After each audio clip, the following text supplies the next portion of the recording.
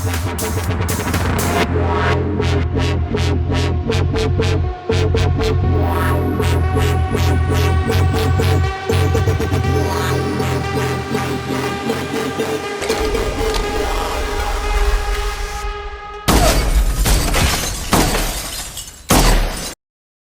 back to the channel, guys. Today we're going to be doing an in-depth look at some of the fight scenes and guns used in the movie John Wick from 2014. Now, as you guys know, I am a huge John Wick fan, and in fact I manufacture a tribute compensator that mimics the P30L used in John Wick 1. And I thought it'd be fun to kind of go through one of the most famous scenes from John Wick, the scene in which he assaults the Red Circle, and kind of go over all the different tools he used in his personal weapons cache and show you all of the different ins and outs and how he deploys them and where he keeps them, and just as much as you can want to know about every individual weapon that John Wick carried. There's a couple items that I actually do not have that are part of his everyday carry.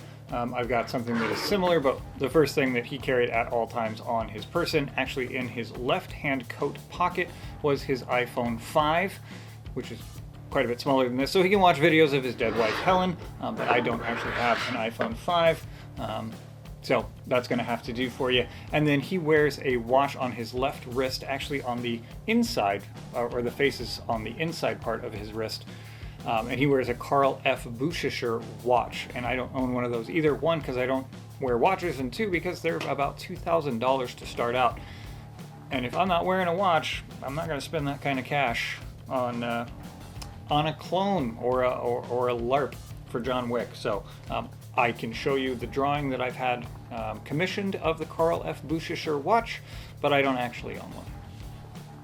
Well, let's start with John Wick's personal weapons cache. This is a wooden crate that he had all of his rifles, his pistols, his knives, his incendiary grenades, his currency, all of this within a wooden crate with a pair of drawers, which was then encased in concrete within the foundation of his basement.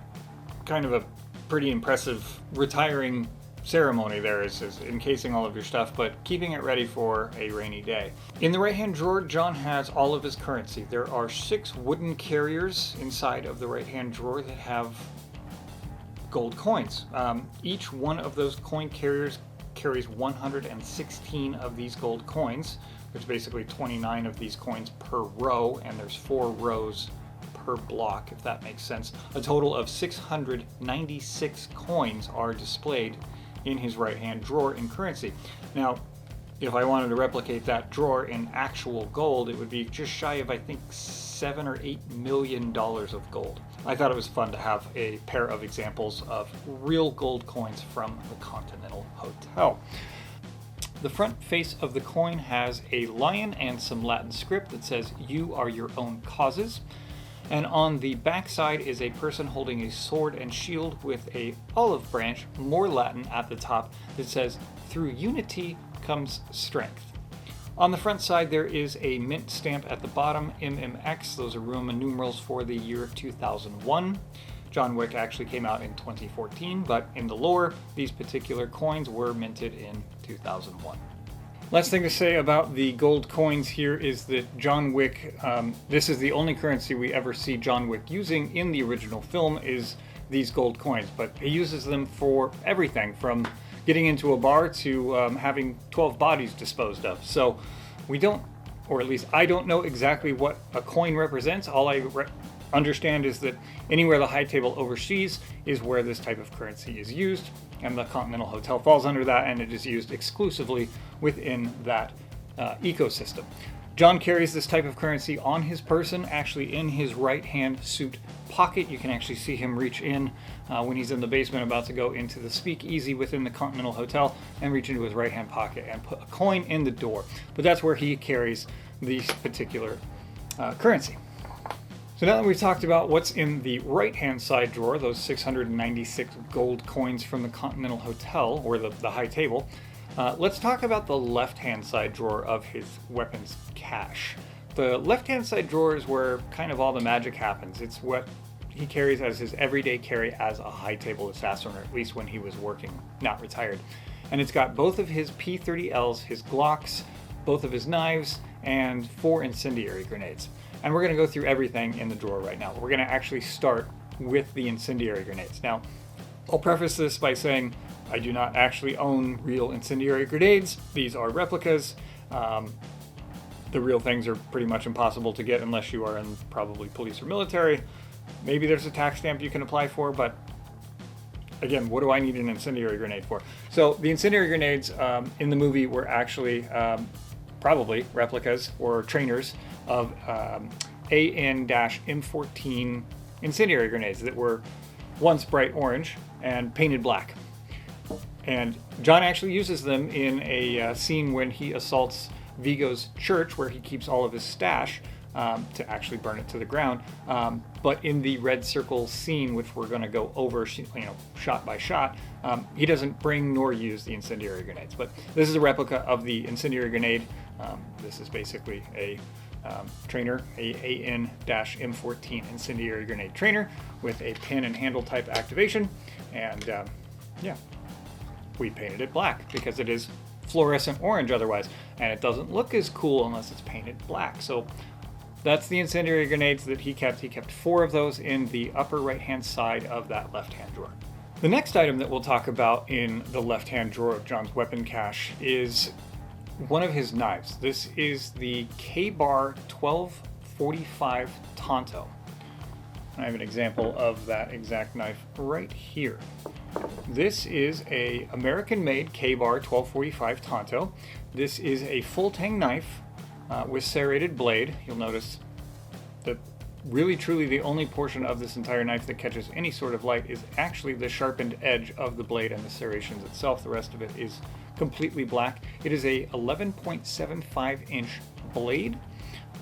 Really, really nice in the hand. The blade profile is that Tanto, kind of reminiscent of a samurai sword, which kind of throws back to Keanu Reeves' kung fu training and 47 Ronin, all of the different samurai type movies and kung fu style movies that he has been in throughout his career. This is kind of a throwback to that lineage that Keanu Reeves kind of has of being a martial artist. So the KaBar 1245 is displayed in the left-hand drawer, but is never used in the film, is never held in hand by John Wick, and is really just kind of a placeholder within the cache itself.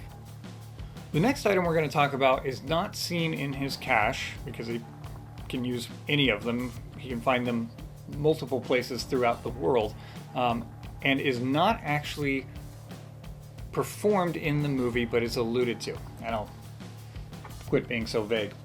Let me take the safety cover. Safety first here, guys. I don't want to kill anybody, but let me take the cover off. This is a fucking pencil. Sharp, ready to go. Within John Wick, when Viggo is telling his son why he's so upset that he stole a car and whose car it was, when he's telling his son about the lore or the legend that is John Wick, he mentions that he once saw John Wick kill 3 men in a bar with a fucking pencil. You never see John Wick kill somebody with a pencil in John Wick 1, but it is alluded to that he can do that. And I wanted to share with you guys where that actually comes from. At the very beginning of John Wick, when he is in his Mustang and he's got his brand new puppy and he wants to go out and just kind of let out some aggression, and he drives around the airport and is having a good time. When he pulls up to the gate, the guard in the truck of the airport is reading a book. And the book that he is reading is called Shibumi. Shibumi is by Rod Whitaker under a pen name of, I think, Trevion, maybe? But it's a fantastic read. I think it's a late 60s, maybe early 70s published book. But here's the inside scoop of where the pencil stuff from John Wick actually comes from. It comes from the book Shibumi. And in the book Shibumi, there is a main character by the name of Nikolai, who is an American-born but Japanese-raised assassin, basically. And he learns the art of what they call naked kill. And within Shibumi, the art of naked kill is being able to use pretty much any household object as a lethal weapon. And Nikolai learns this trade and can basically not need to carry any weapons on his person. He can get into very secure areas, and should he need to assassinate somebody, he has the ability to do so with found objects. In the book, he actually does kill a very good friend of his in a heavily guarded prison, a general, and he kills him out of empathy because the guy was never going to get out of there, and they couldn't break him out. So Nikolai kills him with a pencil in front of multiple guards and does so very, very quickly. So that's where the pencil comes from. He doesn't kill anybody in John Wick 1 with it, but it's alluded to, and he does use it in the other John Wick franchises, so it becomes pretty fun. So now that we've gotten all the things out of the way that's in his top crate that he's not using for this scene, let's start talking about the stuff that John Wick actually does carry on his person and starts using pretty much immediately upon arrival at the Red Circle. The very first item that he starts using is actually his tertiary weapon. This is his Microtech Ultratech out the front knife. And if you're not familiar with Microtech knives, don't look them up. They're expensive, they're beautifully made, they're exceptionally handcrafted, they're very sharp, and they have a very unique feature about them, the out the front. The knife is actually spring-loaded and stored within the handle, and is spring-loaded and comes out the front of the knife with this little activation button. You just slide it up and the knife comes out the front, and you slide it back and it retracts back in there. It's a very, very beautifully designed weapon, or tool. In John Wick's case, a weapon. And you'll notice it is a double-sided blade. You'll also notice it's in a apocalyptic finish. It doesn't catch light except on the actual sharpened metal edges of the blade. Everything is apocalyptic. The screws, the activation button, the bracket for the tether, the glass breaker on the back, and the actual clip handle. No part of this particular knife reflects light, which is perfect for an assassin. You don't want it to be noticed when it's out. And this is the first weapon that John Wick employs in his attack of the Red Circle because it is silent and doesn't make any noise. Or it's silent, doesn't make any noise. It's a knife.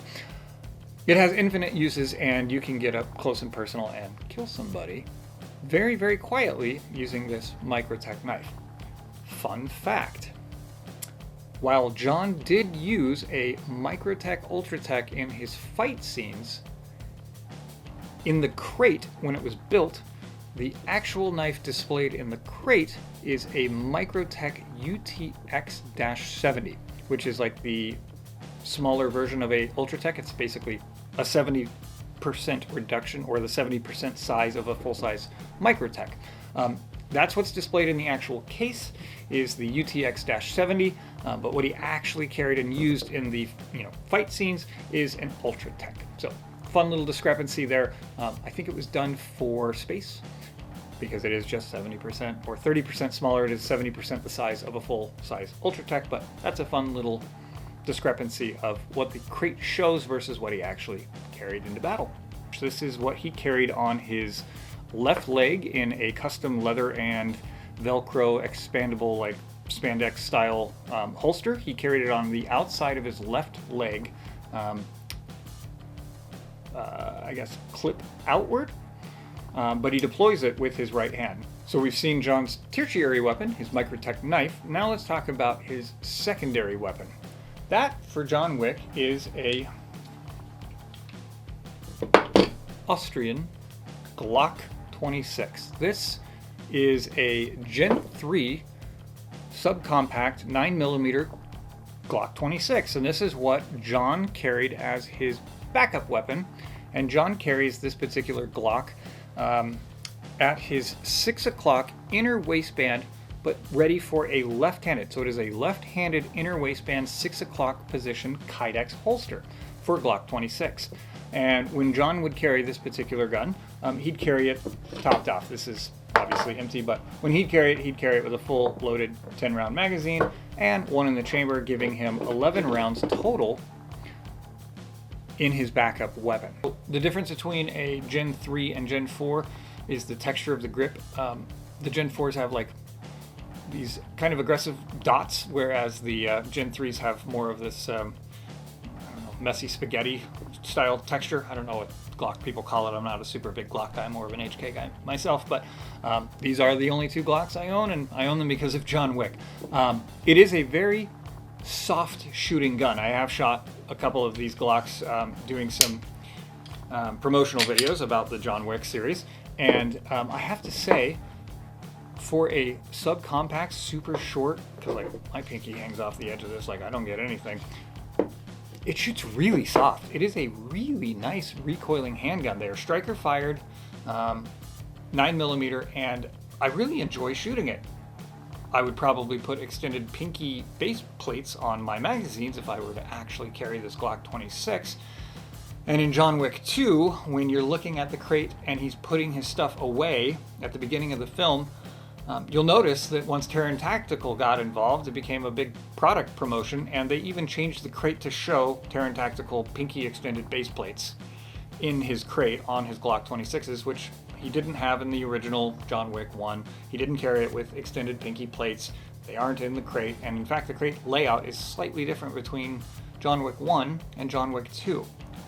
Mostly because they gave the crate away for free on Craigslist, and some lucky dude in Brooklyn actually pumped his ass down there to the movie studio and picked it up and dragged it back to his apartment. It's hundreds of pounds heavy, and he doesn't own a truck, so he actually had to literally drag a crate across New York to get it back to his house. But he still has it to this day. It's pretty awesome, and it is the original John Wick crate. So when John Wick took off and the franchise decided to make John Wick 2, they had to remake his crate from scratch. And because the armorer that made the crate also made the compensator for the P30L, which we'll get to, but he made the actual crate that has all of the weapons displayed. And when he wasn't brought back onto the movie because Terran Tactical put all of his products as product placement and basically made it a 3-gun match for all the subsequent films, they remade the crate and they remade it from scratch. So it's different dimensions, it's different size, it has a different layout if you look very closely, and the Glocks are different because of Terran Tactical. So fun little fact there about movie 1 versus movie 2. Now we get to talk about the star of John Wick, the Heckler & Koch P30L. Now I have a lot to say about this particular gun, or the actual movie gun, not mine. Mine is a replica of the gun that was used in John Wick 1, but this is a Heckler & Koch P30L in 9mm. And I absolutely love the way that it looks. And one of the reasons I ended up manufacturing John Wick tribute compensators is because I could never find the actual one used in the movie.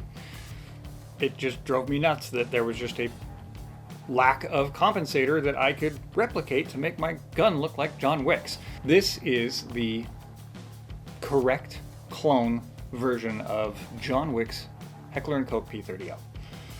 This is a custom-made compensator for the movie. The movie compensator is very unique in that it is not an actual compensator. I'll just spoiler alert it for you. The compensator is actually just a blank adapter. It's meant to look really, really cool, and it actually does look really, really cool, but you'll notice that the ports on the actual compensator, they're all closed. They don't vent gas, they're not open, they don't function. That's just because the compensator in the movie is literally a stylized blank adapter. And I'll show you a couple things about the, in fact, we'll just put it up right now. This is the actual gun used in the original John Wick 1. You'll notice, and we'll show you real quick, the serial number on this is 213013001. You can see that clear as day in this picture. You can also see it when John Wick picks his P30L up off of the nightstand in the very first scene when Viggo's crew is tasked to come kill John Wick. So when he picks that gun up off the nightstand and you see the bracelet and the dog collar, if you pause it right, you can actually see that the serial number is visible, and it is 213013001. So this is the actual gun used in John Wick. Here's a pretty good example of what the actual compensator looks like. But one thing I want you to note, and it's pretty obvious in this picture, is look at the very front of the locking block of the barrel where it meets the slide at the top. Do you see that really sharp ramp? That ramp was cut out of the barrel so that it would unlock with the low powder charge of the blank. I'm going to show you back on mine real quick. I'm going to lock the slide back here. This is a factory Heckler & Koch P30L SD barrel. It is metric threaded in 13.5 by 1 millimeter left-hand thread, and it allows me to screw on this 7075 closed port movie replica. The actual P30L, that serial number 213013001, is just a stock P30L V3, so that's the double action, single action with the night sights. These are like the, what do they call those? The Lumadot sights. So if you get them in bright light, they will glow, but if they have no light source, they don't glow under night vision or at night or under dark conditions. It uses small grip panels and a medium back strap. That's how he carried it. But what I want to talk about again is this barrel. I'm going to show you here's a poster of the John Wick being re-released in the theaters in 2024, and John doing a trigger reset test on his P30L here. But what you'll notice, besides the compensator is clear as day, is the barrel itself is silver. Like I said, the armorer that designed this particular blank adapter modified the factory barrel very, very heavily. The first thing that he did was he had to attach that blank adapter to that barrel. I suspect he welded it, which is why the material is removed and it's no longer black underneath there, because the factory barrel is black nitrided, and you can see clear as day that the barrel in the movie is silver every time it is locked to the rear, and in fact in this movie poster you can see that it's silver. I assume that the armorer did that to attach the blank adapter to the end of the barrel. Removed all the coating so that he could weld it up. You'll notice that the serial number in HK is still visible on the ejection port side of the barrel, but there is that huge carved ramp out of the front of the locking block where it meets the slide, just so it will unlock the action more smoothly under a low powder charge of a blank. And that's it. That's all John Wick's Heckler & Koch P30L was. It's just a blank adapted P30L that looks way cooler on the screen because it's extra long, but this basically just shows that when he's shooting people in the face, no bad will come to them. Like, I'm pretty sure that the actual gun used in John Wick can no longer fire live rounds because of what was done for this blank adapter and the welding at the end of the barrel, and the locking block I doubt would accept a full powder charge cartridge at this point, so it's permanently been disabled to be a blank firing P30L. But know that it came as a factory stock standard issue off the shelf P30L that was modified heavily to be a John Wick gun. John Wick did carry on his person 2 extra magazines for a P30L. At the time of filming in 2014, the P30L Heckler & Koch magazines were limited to 15 rounds. As of today, if you picked up a P30L, your magazines would come with 17 round capacities.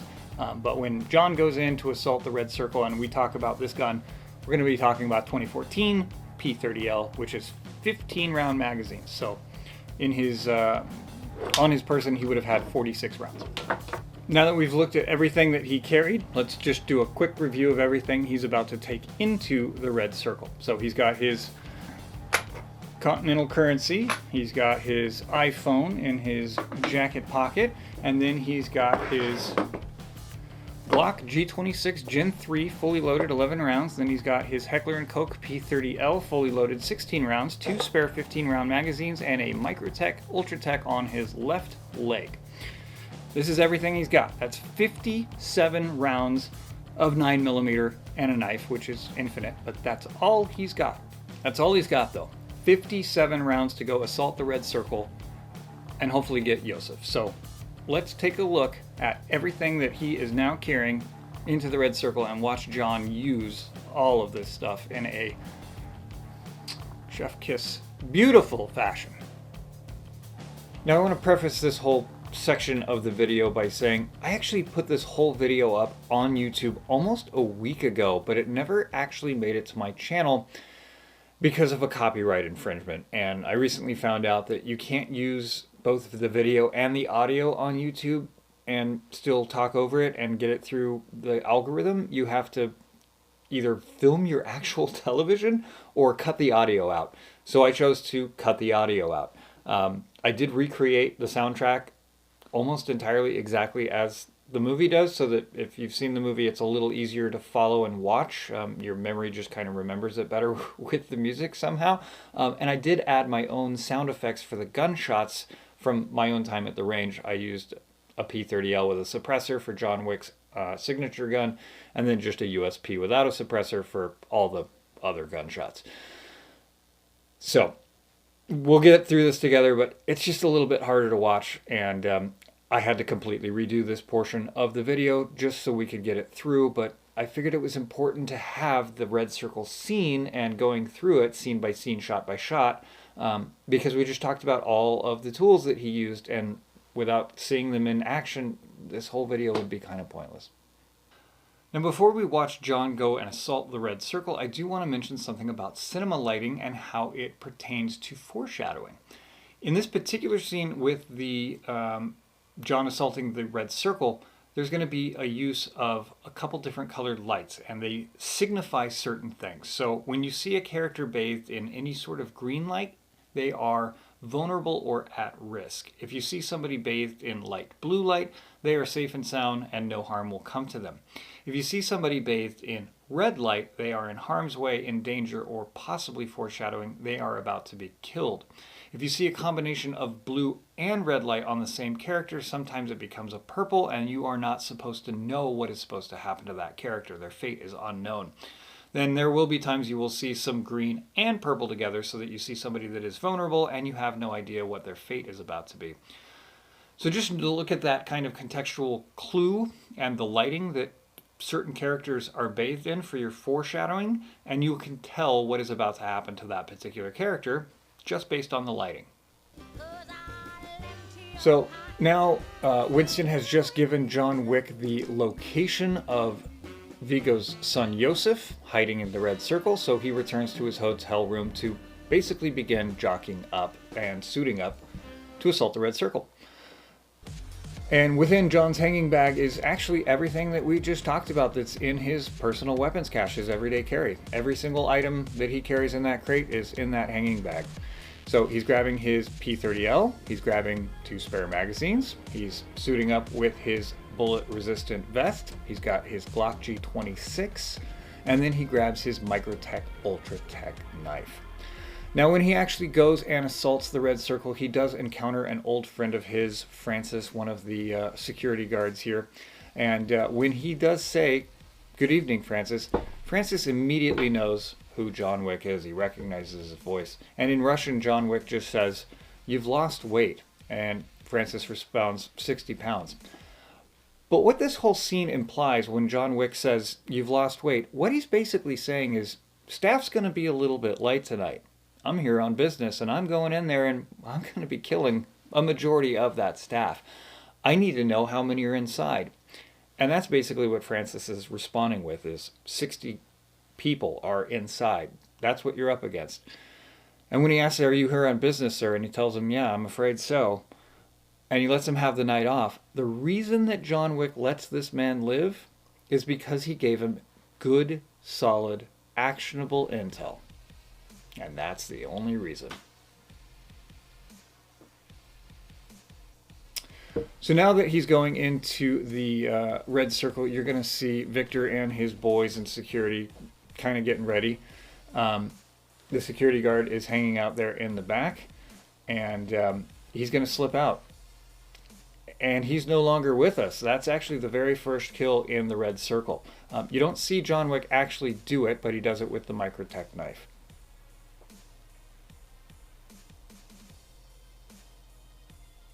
There's number 2. You actually do get to see John do it with the Microtech knife. And now Victor knows something's up.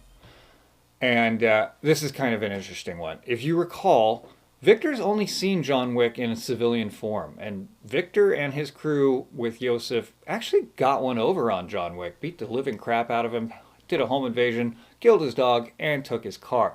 So when Victor sees him again, he has zero clue who John Wick is. He didn't get the full debrief that Iosef got. So he takes a swing at John Wick after he sees him because he thinks, who the fuck do you think you are, John Wick, coming at me? I've absolutely beat the shit out of you before. And you can tell that John Wick is really unguarded. He does not see Victor as a threat at all and ends up taking him down with a single punch and a single kick and just immediately gets him into a naked chokehold and pretty much takes him out. But Victor is totally unprepared for this fight.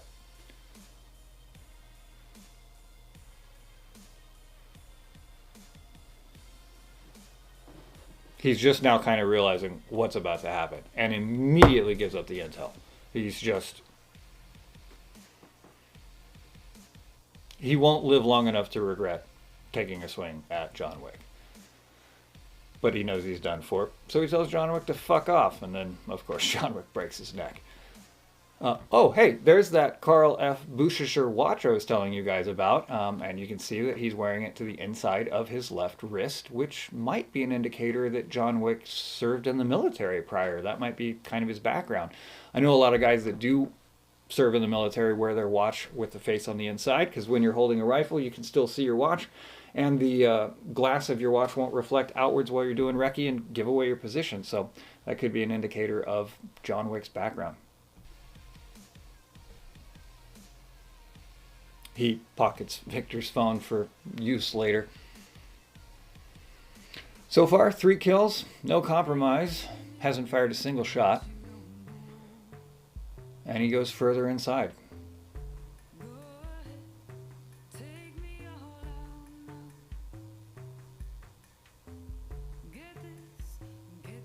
Now he understands where he's at. He's at the bathhouse and he's just scoping it out, trying to see if he can find Iosef.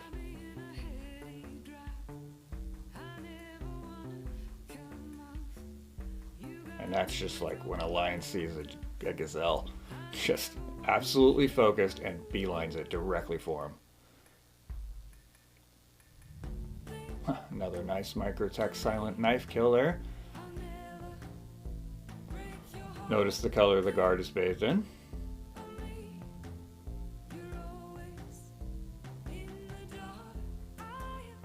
Ooh, yeah. Knife through the bottom of the jaw into the brain. That's gotta tickle. There's number 5. Security none the wiser, still uncompromised. And now he's just scoping it out, kind of seeing how he wants to approach this particular task. And then he gets, of course, interrupted by a guard. And now there's a fight scene. And this one's really pretty fun. It happens really, really quick, but John is still fighting with that Microtech knife in his right hand, and this guy actually is armed with I think a salient arms Glock or agency arms Glock, I don't know, some sort of Glock. And when they bust through into the bathhouse here in a second, John judo rolls this guy over, but right before he rolls him over, he plants his right hand upside down so that the knife blade is pointing up, and then he rolls this dude over his hand. So he basically makes him roll and stabs him as he's judo rolling him onto the ground. And it's nasty, nasty brutal when you realize what he's actually holding in his hand when he rolls him over his own body.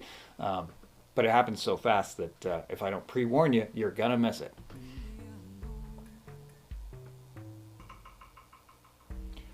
So unfortunately now, security does know John Wick is there. He is compromised at this point. And there's that roll. Oof. So now he's been stabbed a couple times. He's subdued.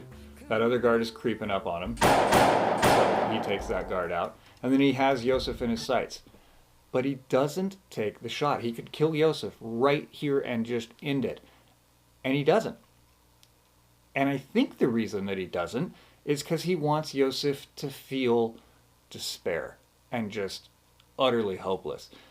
And in a way, it kind of works, because psychologically he freezes and he doesn't go into fight or flight mode. He just is just panicked like, oh God. And he's witnessing all the security blankets he's put around himself being dismantled one by one. And John Wick just keeps that laser focus on him.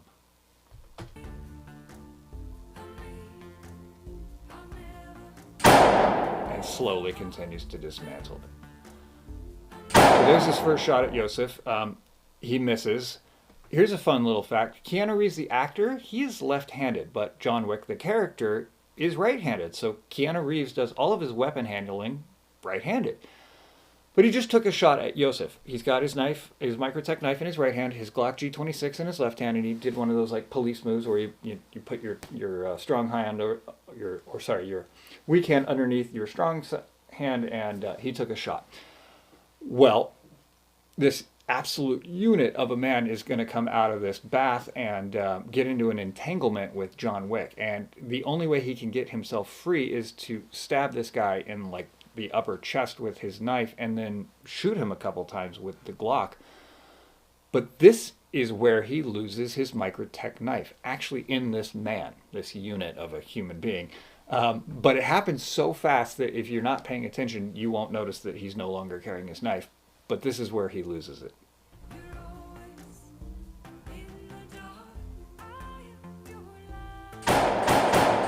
Oof, absolutely. Now he takes another shot and misses.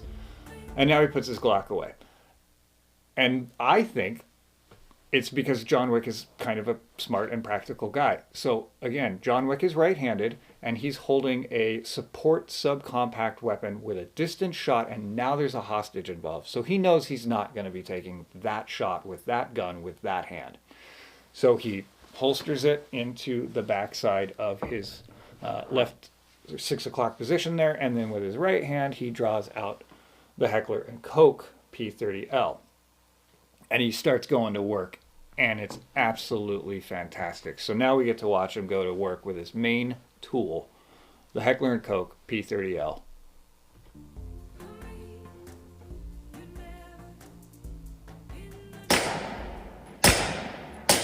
And he's just so eager that all 5 shots that he took missed. And now he's being shot at. So now he is in a gunfight. Pinned down, Iosef's getting away, and now he's got to fight his way through more security.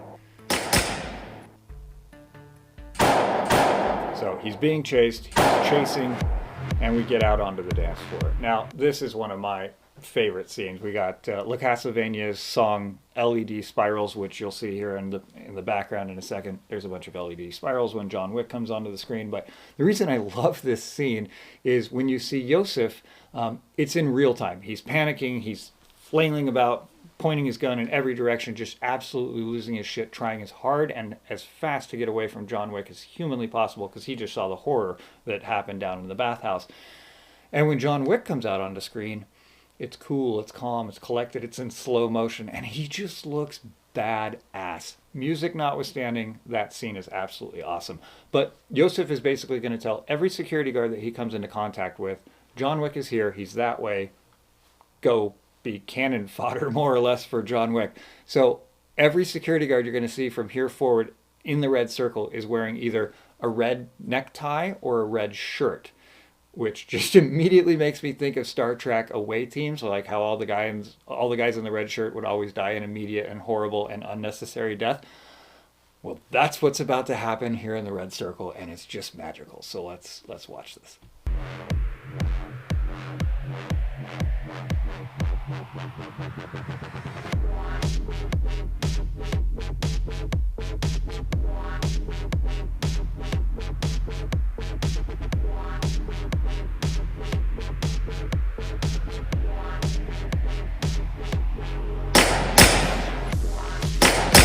Tension practice. Oh, 2 more kills. And one more thing.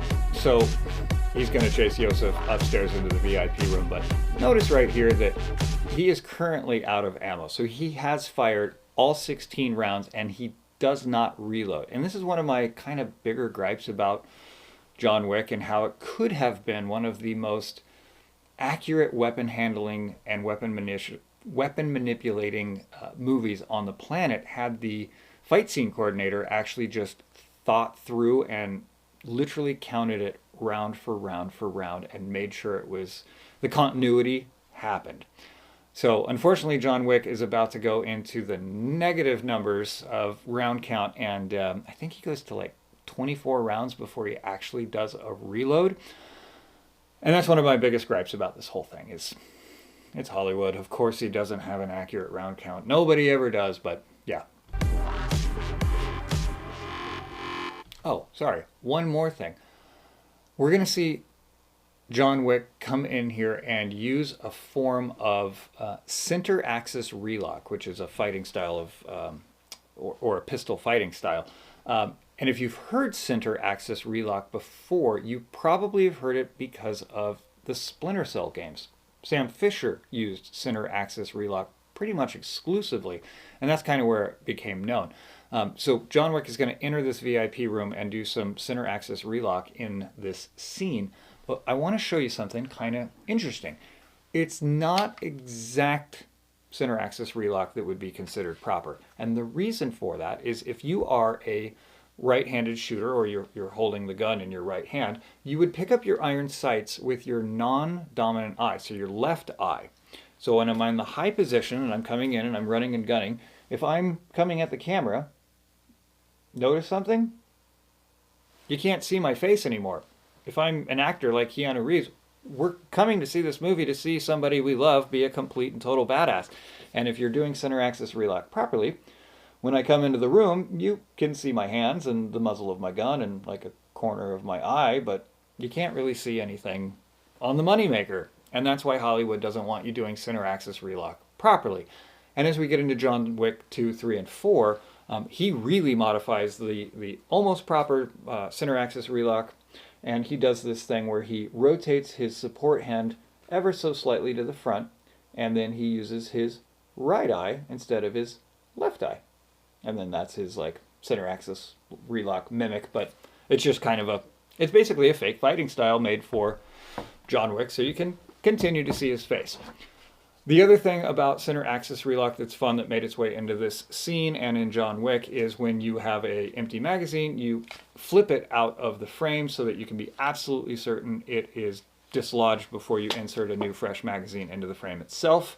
He does do that in the next scene, and when you're fighting and retaining your weapon, you can use it as a blunt force instrument and punch people with it. And he also does that in this scene. So it's pretty fun to see center axis relock make its way into a mainstream movie, even if it was modified slightly so you can see the beauty that is Keanu Reeves.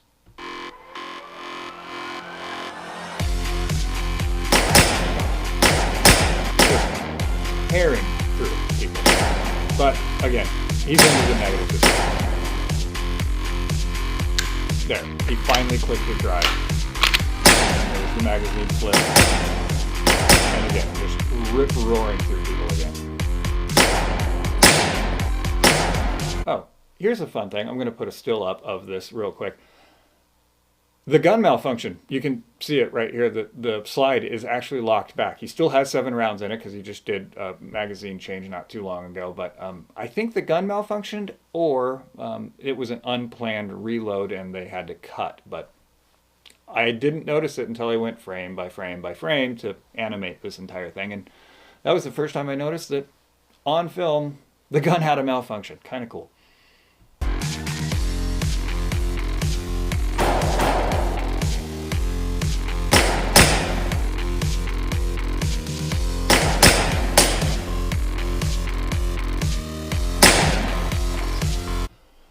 Okay, so now he is, holding his P30L close to his person and retaining it like you would in center axis relock. But notice he has 1 round still in the chamber. His slide is locked forward. And before he goes into the next area of the club, he's going to do something that I consider pretty tactical, especially for a movie.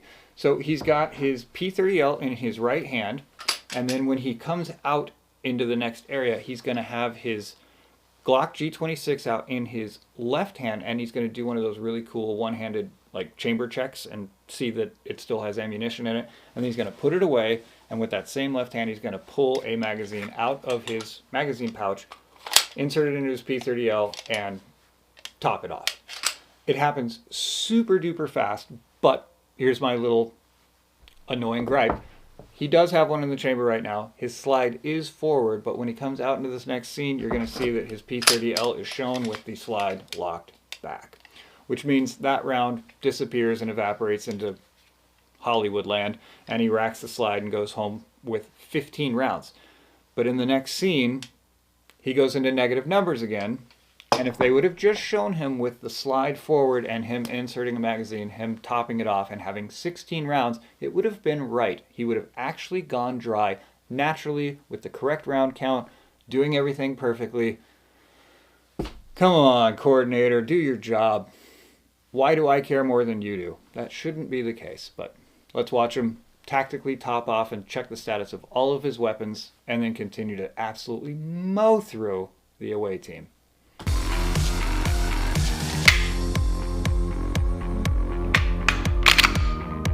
There he goes, he racks it. And that was his last magazine, so he is down to his final magazine in the P30L. Oh, 3 more fills.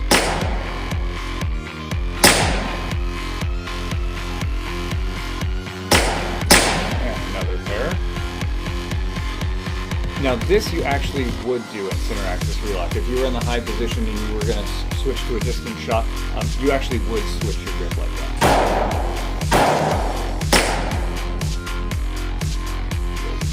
Face mug. Oh, God, that second headshot, so unnecessary. But that's the first time John Wick actually gets shot in the franchise.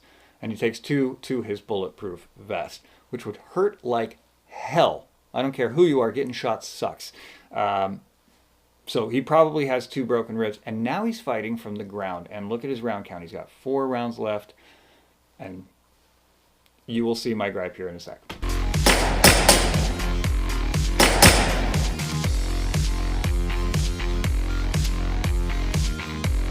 So now he has no Microtech knife, no spare magazines, his P30L is empty, and all he has left is 1 round in his Glock G26. Notice the color of light he's bathed in.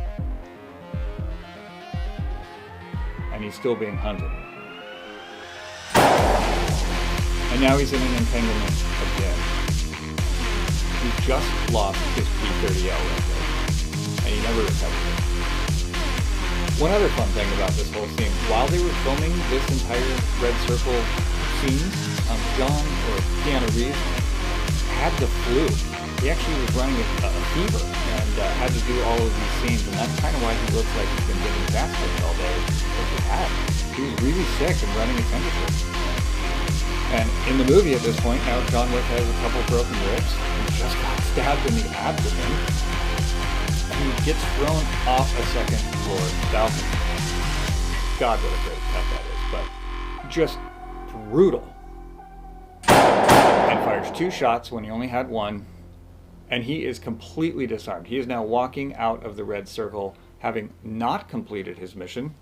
Iosef got away, having been completely disarmed, but he made it out with his life, which is a testament to how badass John Wick really is, because his suit is not bulletproof. He has just the upper chest, and he made it out of there without completing his mission, but he lives to fight another day.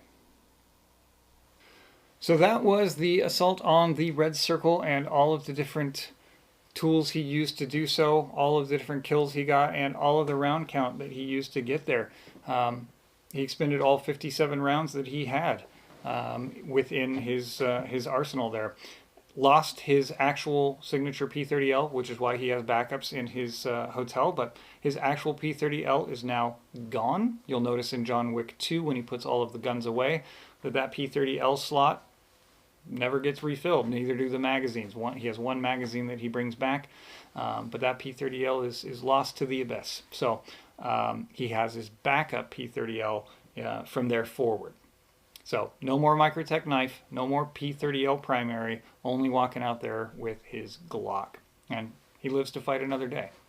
If you would like to see more videos on John Wick or more John Wick scenes and you want me to go over some of the other guns or portions of John Wick, leave me a comment. Same if you'd like to see something on the car system if you want to know more about that shooting style. It is pretty relevant, especially if you are seated. So if you do things like you're a pilot, car system is for you. If you're an Uber driver or you do executive driving or limo driver, any of that kind of stuff, the car system is for you. It is a very good system for being seated. Anyway, that's today's video, guys. If you liked it, give it a like. If you didn't, a dislike. Subscribe for more content, and I'll see you guys in the next one.